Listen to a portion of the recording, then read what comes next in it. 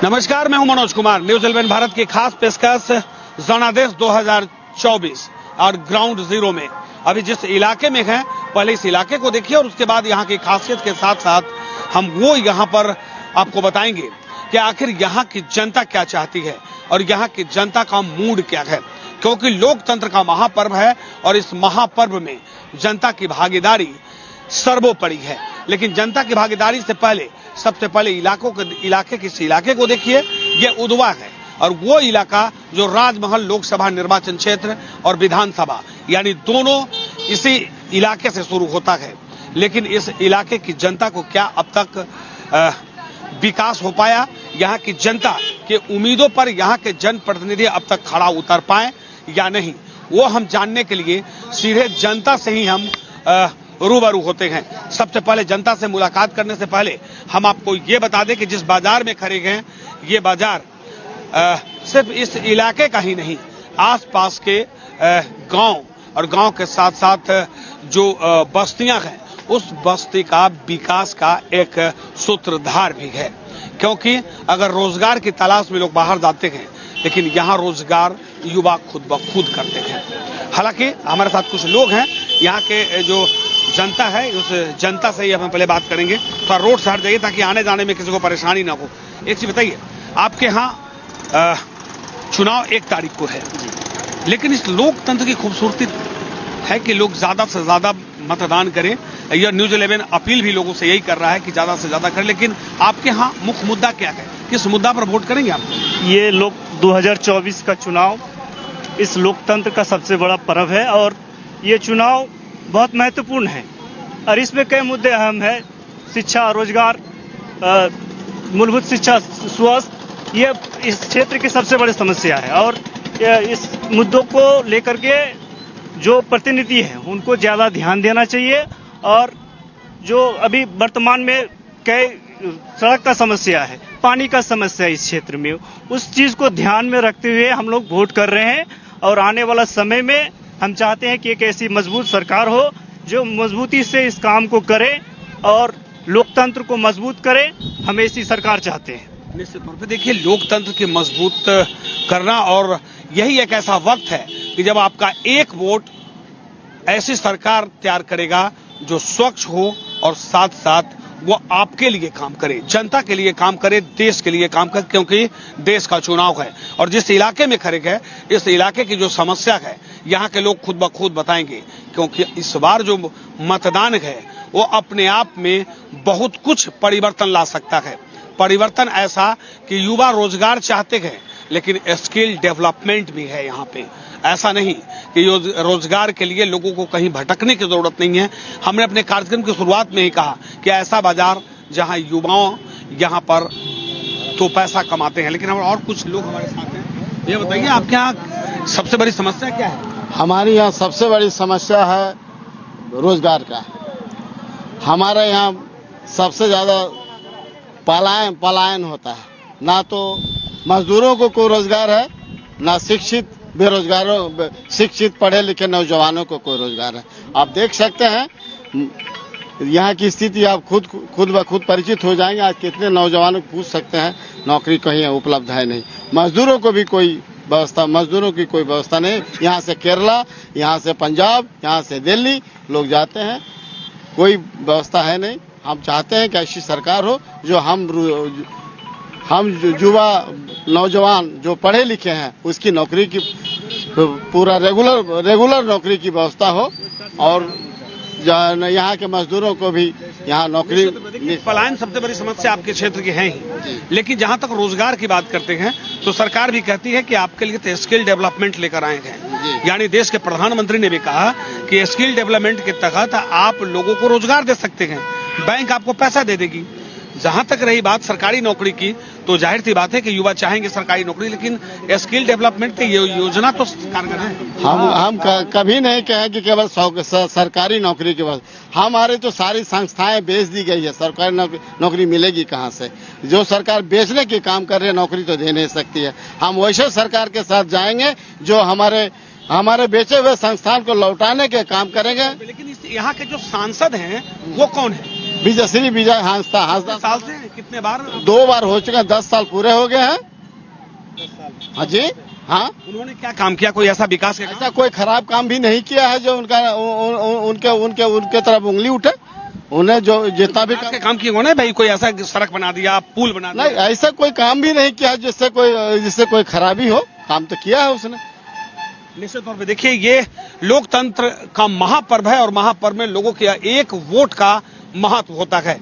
युवा चाहते हैं कि रोजगार हो, लेकिन इस क्षेत्र की सबसे बड़ी समस्या पलायन है। युवा बेरोजगार हैं, रोजगार की तलाश में दूसरे राज्य में लोगों को जाना पड़ता है। अब हालात ऐसी है कि आखिर यहाँ के युवा दूसरे राज्य में जा रहे हैं तो यहाँ क्यों नहीं मिल रहा है, ये अपने आप में बड़ा सवाल है। आप समझिए कि राजमहल लोकसभा निर्वाचन क्षेत्र में और इस क्षेत्र में लोकतंत्र के महापर्व का अंतिम चरण यानी 7वें चरण का चुनाव होना है और यहाँ की जनता का जो मूड है वो आपके सामने है। लेंगे एक छोटा सा ब्रेक, बने रहिए मेरे साथ। ब्रेक के बाद आएंगे तो उसके बाद हमारे खास पेशकश ग्राउंड जीरो में आपका स्वागत है। अभी हम राजमहल लोकसभा निर्वाचन क्षेत्र में थे। ब्रेक से पहले हमने कुछ जनता की राय जानी थी और अब जिस जगह पे है उस इलाके को देखिए और उसके बाद सीधे यहाँ के जनता, यहाँ के युवा और यहाँ के साथ साथ जो स्थानीय जो लोग हैं उनसे सीधे रूबरू होंगे, क्योंकि मुकाबला त्रिकोणीय है। अगर त्रिकोणीय है तो आखिर कौन पड़ेगा भारी और यहाँ की समस्या और मूलभूत समस्या क्या है वो भी हम जानेंगे। लेकिन उससे पहले हमारे सहयोगी हमारे साथ हैं, हम अपने सहयोगी से सबसे पहले बात कर लें, क्योंकि ग्राउंड जीरो में और लगातार ये भी करते रहे हैं और इस क्षेत्र की बात अगर कर लें तो इस क्षेत्र में लगातार ये भ्रमण किए गए हैं। यहाँ के बखूबी यहाँ के जनता यहाँ की समस्या से ये लगातार रूबरू होते रहे हैं। सबसे पहले इस इलाके की बात हमने उस समय भी बात कर रहा था कि यहाँ पर पलायन सबसे बड़ी मुद्दा है, लेकिन पलायन के साथ साथ अभी मुकाबला की बात करें तो मुकाबला त्रिकोणीय दिख रहा है। आपको क्या लगता है? जी देखिए, बिल्कुल मनोज, ये मुकाबला जो है राजमहल लोकसभा का जो सीट है, ये मुकाबला कहीं ना कहीं त्रिकोणीय संघर्ष का रूप ले रहा है। जैसे जैसे तारीख नज़दीक आ रही है कि जो 1 तारीख है वो लोकसभा का दिन जो जिस दिन मतदान होना है, जब जैसे जैसे तारीख नज़दीक आ रही है सारी पार्टियां अपने दम खम लगा रही है और कहीं ना कहीं जो त्रिकोणीय मुकाबला का जो सार देखा जा रहा है कि त्रिकोणीय मुकाबला यहाँ पर बन रहा है राजमहल में। चूंकि इसके पहले जो चुनाव हुए थे उस समय 2 ही पार्टी के टक्कर थे, भारतीय जनता पार्टी और झारखंड मुक्ति मोर्चा। लेकिन इस बार जो दिलचस्प नज़ारा है कि झारखंड मुक्ति मोर्चा के जो बागी विधायक है वो निर्दलीय यहाँ से लड़ रहे हैं और कहीं ना कहीं वो फाइट के रूप में भी यहाँ भी हो रहे हैं कि फाइटर है वो, उसको हम इनकार नहीं कर सकते हैं कि वो फाइट नहीं करेंगे, लेकिन ये त्रिकोणीय मुकाबला बन रहा है। जी मनोज, सही आपने कहा कि देखिए वाकई अब राजमहल लोकसभा निर्वाचन क्षेत्र में त्रिकोणीय मुकाबला, लोग तो यह कह रहे थे कि भारतीय जनता पार्टी और महागठबंधन यानी झारखंड मुक्ति मोर्चा के बीच होगा, लेकिन अब मुकाबला जैसे जैसे समय नजदीक आता जा रहा है वैसे वैसे अब सब पत्ता खुलता जा रहा है। हमारे साथ कुछ लोग हैं, बताइए क्या मुद्दा होगा उनकी बात यहाँ पे? ये तो कहना मुश्किल है अभी, क्योंकि जिस तरह अभी चल रहा है हमारे राजमहल निर्वाचन क्षेत्र में, वैसे लग रहा है कि अभी टक्कर तो 2 में ही होगी। एक हमारे ताला मरंडी और विजय हांसदा जी के, मतलब दोनों के साथ ही टक्कर चला है प्रत्येक इलेक्शन में। तो इस बार कहीं ना कहीं हमको लगता है कि बीजेपी इस बार भारी मतों से इस बार लीड करेगी, जहाँ तक उम्मीद है हमें, क्योंकि जिस तरह से माहौल दिखाई मिल रहा है हमें कि इस बार हमारा बीजेपी शायद आगे बढ़ सकता है और लीड कर सकता है इस बार। देखिए, निश्चित तौर पे ऐसे भी कहा गया है कि परिवर्तन संसार का नियम है और इस इलाके में, जिस इलाके में हम खड़े हैं, यहाँ के लोग चाहते हैं कि परिवर्तन हो और जाहिर सी बात है 10 साल से अगर कोई सांसद रहा हो, अगर वहां पर विकास की किरण नहीं पहुंची हो तो जिम्मेवार कौन जिम्मेवार है? नमस्कार, अपनी न्यूज़ वाले को हमारे तरफ से बदलाव जनता यहाँ चाह रही है, क्योंकि अभी 10 साल से कोई विकास नहीं हुआ है। विकास के लिए लोग तरस रहा है, पानी के लिए तरस रहा है। बिजली तो यहाँ हमेशा रहता ही नहीं है, 24 घंटा में 6 घंटा भी मुश्किल है बिजली के लिए। यहाँ अभी जो गर्मी का समस्या चल रहा है, बहुत लोग परेशान हैं बिजली के लिए।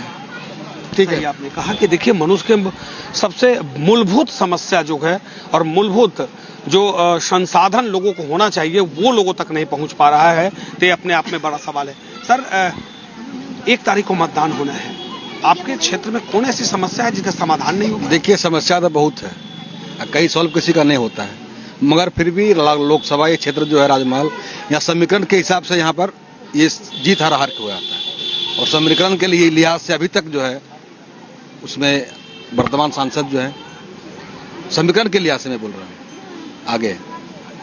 चलिए ठीक है, वो तो समीकरण, लेकिन मेरा सवाल था कि यहाँ पर आपके यहाँ समस्या सबसे बड़ी है, मुख्य वो समस्या तो है, बेरोजगारी है, पलायन हो रहा है, कोई तरह का विकास यहाँ नहीं हो रहा है, कि कोई जिला लेवल पर कार्य नहीं हुआ है कि ताकि हम बोले ये काम हमने कराया है।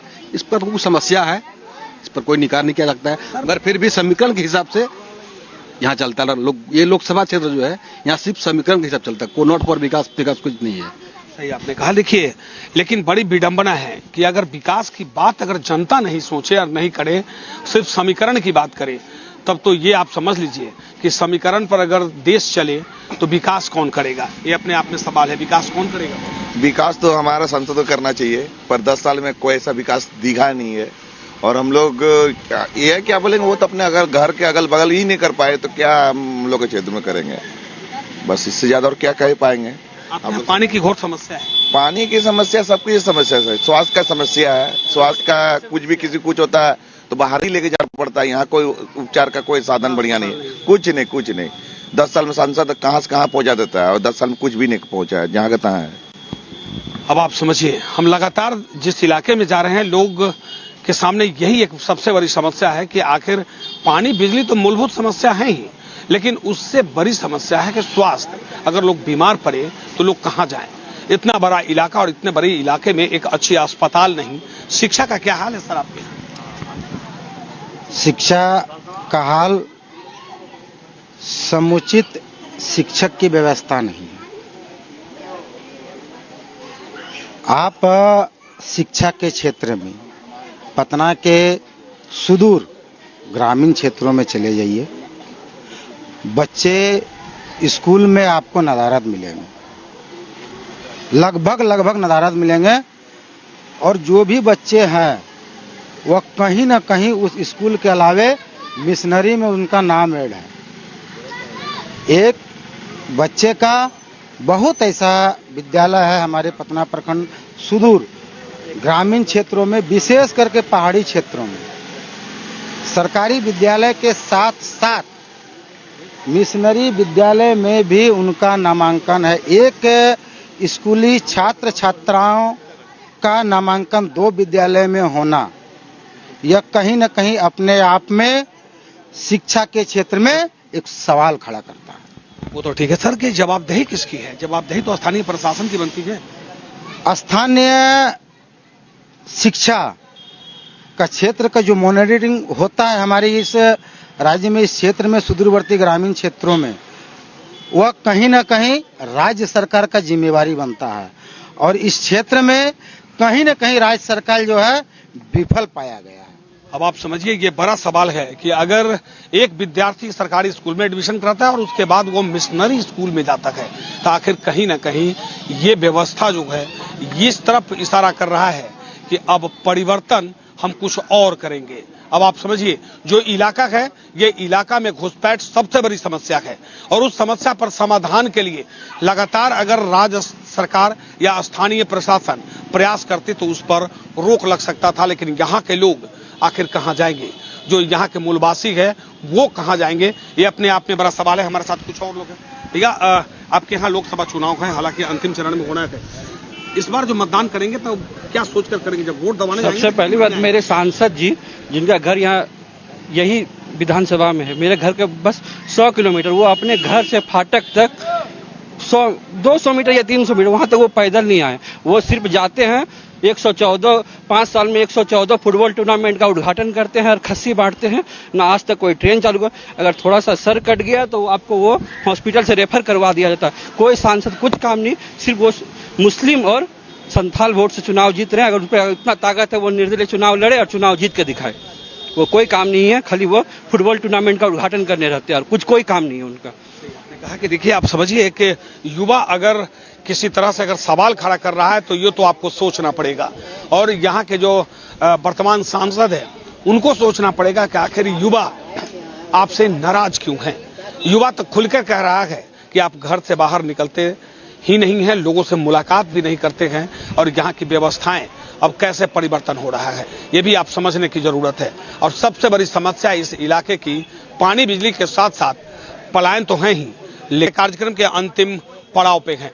यूं कहें कि ग्राउंड जीरो, आखिर यहाँ की जनता क्या चाहती है, यहाँ के जो जनप्रतिनिधि है उनसे लोग नाराज क्यों हैं और इस बार आखिर वोट किसे करेंगे। ये अपने आप में तो सवाल है ही, लेकिन लोकतंत्र का महापर्व है और लोकतंत्र की खूबसूरती है वोट करना। वोट तो करेंगे ना? हाँ, वोट तो जरूर करेंगे सर। क्या समस्या है आपके यहाँ तो रोड का भी समस्या, न रेल ब्रिज भी नहीं है, कोई डिलीवरी औरत रुक जाएगा न वहीं बच्चा हो जाएगा, पार नहीं हो सकेगा, ऐसा समस्या है। वहीं संसद का घर है, आज नहीं सबको बोलता है कि इस बार रेल का ब्रिज बन जाएगा, आज तक ही नहीं बना। मेरा जन्म के पहले से बोल रहा है बन जाएगा, लेकिन आज तक नहीं बना। रोड का समस्या है, स्वास्थ्य का समस्या है, बढ़िया हॉस्पिटल नहीं है, शिक्षा नहीं है, स्कूल में मास्टर नहीं है, बच्चा तो जाते हैं झोला पकड़ के फिर रिटर्न हो जाता, कोई मास्टर ही नहीं है। अब तो समय आ गया है ना, उसी का जवाब तो देना है। अब परिवर्तन होगा सर, देखिएगा बीजेपी का जरूर परिवर्तन होगा, जरूर आएगा, बीजेपी का सरकार आएगा। हॉस्पिटल में रेफर कर दिया जाता है, वो सर फटता थोड़ा सा भी हॉस्पिटल, डॉक्टर नहीं रहता, आदमी मर जाता है। साल में 4 घटना तो ऐसा होता है आदमी हॉस्पिटल में ही मर जाता है, बच्चा मर जाता है, लेकिन डॉक्टर नहीं आता है। सांसद जी एक बार देखने नहीं आते हैं हॉस्पिटल। सांसद जी को फुटबॉल मैच से उद्घाटन करने से फुर्सत ही नहीं है, जहां जाते फीता काट देते हैं, बकरी बांट देते हैं, बस फुटबॉल मैच का उद्घाटन कर देते हैं। सबसे बड़ी बात है यही तो वक्त है ना, वक्त तो आ गया है अभी वोट न परिवर्तन देंगे, हम लोग जागरूक हो गए हैं, हम लोग सबको जागरूक हो गए हैं, एकता बन के जागरूक हैं। अब लोभी में नहीं जाएगा, पैसा में नहीं जाएगा, हकीकत जो है उसी में जाएगा। जय श्री राम। आप समझिए, लोगों के अंदर जो अगर गुस्सा है अपने सांसद के खिलाफ, अगर कोई गुस्सा में है तो यहाँ पर है। और आप समझ लीजिए कि वाकई अब ये देश का चुनाव है और देश के चुनाव में देश का नेतृत्व करता कैसा हो वो हम अब जानेंगे। भैया, देश का नेतृत्व करता कैसा होना चाहिए? हाँ बोलिए। हम समय कम है, जल्दी बोलिए। देश का नेतृत्व जो देश को अखंड रखे, अखंडता के लिए देश का नेतृत्व होना चाहिए। हमारे देश के वर्तमान भी प्रधानमंत्री हैं श्री नरेंद्र दामोदर दास मोदी जी। एकदम भरोसा है 100%, अपने से ज्यादा भरोसा है, शायद हमें ही नहीं बल्कि यहाँ जितने भी उपस्थित जनता है सबको भरोसा है। मैं दावे के साथ कह सकता हूँ। एक बात और मैं कहना चाहता हूँ। हमारे अभी आपने सुना पूर्व के लोगों से, सांसद महोदय कहीं ना कहीं हमारे यहाँ से 1 किलोमीटर की दूरी पर है। हम जहाँ अभी बोल रहे हैं वो बर्रा प्रखंड के अंतर्गत में है, हम जहाँ निवास करते हैं पतना प्रखंड के अंतर्गत में है। पतना प्रखंड के अंतर्गत में आदर्श सांसद ग्राम जो है कि लिया गया, गोद लिया गया सांसद के द्वारा आदर्श ग्राम के रूप में। मैं पूछना चाहता हूं ऐसे सांसद महोदय से कि आदर्श ग्राम जो गोद लिए हैं वह आज किस अवस्था में है? कहीं न कहीं आदर्श ग्राम से के नाम पर, गोद लेने के नाम पर एक छलावा है। आपने कहा कि देखिए, अब आप समझिए कि आखिर यहाँ के लोग परिवर्तन चाहते हैं और परिवर्तन यह है कि आखिर यहाँ जो लगातार 10 साल से सांसद गए उनके खिलाफ लोग जो है, युवा जो है वो गुस्से में है। और जाहिर सी बात है क्योंकि लोकतंत्र का महापर्व है। और इस पर्व में थोड़ा यहाँ पर आ जाइए, चुनाव है जी, सांसद से खुश हैं आप? नहीं, एकदम खुश नहीं है। बर्रवा का ऐसा स्थिति है, कोई भी चीज हो, चाहे सड़क हो, स्वास्थ्य हो, कोई जल हो या कोई चीज हो, स्वास्थ्य के लेके कोई भी आदमी अगर कुछ छोटा मोटा एक्सीडेंट हो जाता है और हॉस्पिटल लेके जाता है, हॉस्पिटल से तुरंत कोई डॉक्टर मौजूद नहीं रहता वहाँ पर, कोई ना कुछ व्यवस्था रहता है, ना कुछ एम्बुलेंस का रहता है कि जो कि रेफर करता है करने के लिए, ना एम्बुलेंस रहता है, कोई चीज का व्यवस्था नहीं है, ना पानी का व्यवस्था है अच्छा यहाँ पर, कुछ चीज है ना, रोड भी है यहाँ से इतना दूर रोड, अभी हाल फिलहाल में ही कुछ रोड बना है यहाँ पर, इतना रोड खराब है कि आने जाने के लिए यहाँ बररवा से पाकुड़ जाने के लिए मेन रोड है, मेन रास्ता इतना खराब है, अभी हाल फिलहाल में ठीक हुआ है। इतना खराब है कि आदमी गुजरने के लिए सोचना पड़ता है। ये कुशवाहा टोला का रोड है, आज तक हम नहीं देखे कभी बना है रोड, इतना पानी जमा हुआ रहता है। पानी बताइए कि आपके संथाल से ही तो एक मुख्यमंत्री हुआ करते थे, वो कहाँ गए? वो यहीं से जीते हुए हैं, सब वहीं से है, यहीं पटना से जीते हुए हैं, सब यहीं से जीते हैं। चले गए। एक दूसरा जो मंत्री थे वो उनके घर में पैसा मिल गया। वही ना बात है, सब पैसा मिल जाता है, ये करता है, आज तक देखने नहीं आता है कि क्या हुआ, कहीं पर कुछ नहीं, क्या हुआ क्या नहीं हुआ, कुछ देखने के लिए नहीं आता, कुछ नहीं। देखिए, यहाँ के सांसद से लोगों की नाराजगी है और जाहिर सी बात है कि 10 साल एक लंबा वक्त होता है। अगर 10 साल तक लगातार आपको यहाँ की जनता ने अपना वोट देकर सांसद चुना है तो उनके मूलभूत समस्या का समाधान करना यह आपकी जवाबदेही है। लेकिन यहाँ के सांसद अपने जवाबदेही से कहीं ना कहीं वो पीछे हट गए हैं, जिसके कारण यहाँ के युवा, यहाँ के लोग काफी नाराज है। इस इलाके में अगर स्वास्थ्य की बात करें तो वो नगण्य है, शिक्षा नगण्य है और पीने के लिए पानी नहीं। सड़क की हालत ऐसी है कि आप ग्रामीण क्षेत्रों में जाएंगे तो आप खुद ब खुद समझ पाएंगे कि क्या विकास हुआ है। और विकास को लेकर यहाँ की जनता सीधे तौर पे अब परिवर्तन चाहती है। ऐसा चाहिए सांसद जो देश के नेतृत्व करने वाले का वो मजबूत करे। यहीं पे संपन्न होता है मेरा ये कार्यक्रम। अगले कार्यक्रम में पुनः होगी आपसे मुलाकात नए मुद्दों के साथ। अपने सहयोगी ऋषभ के साथ मैं मनोज कुमार, न्यूज़ 11 भारत।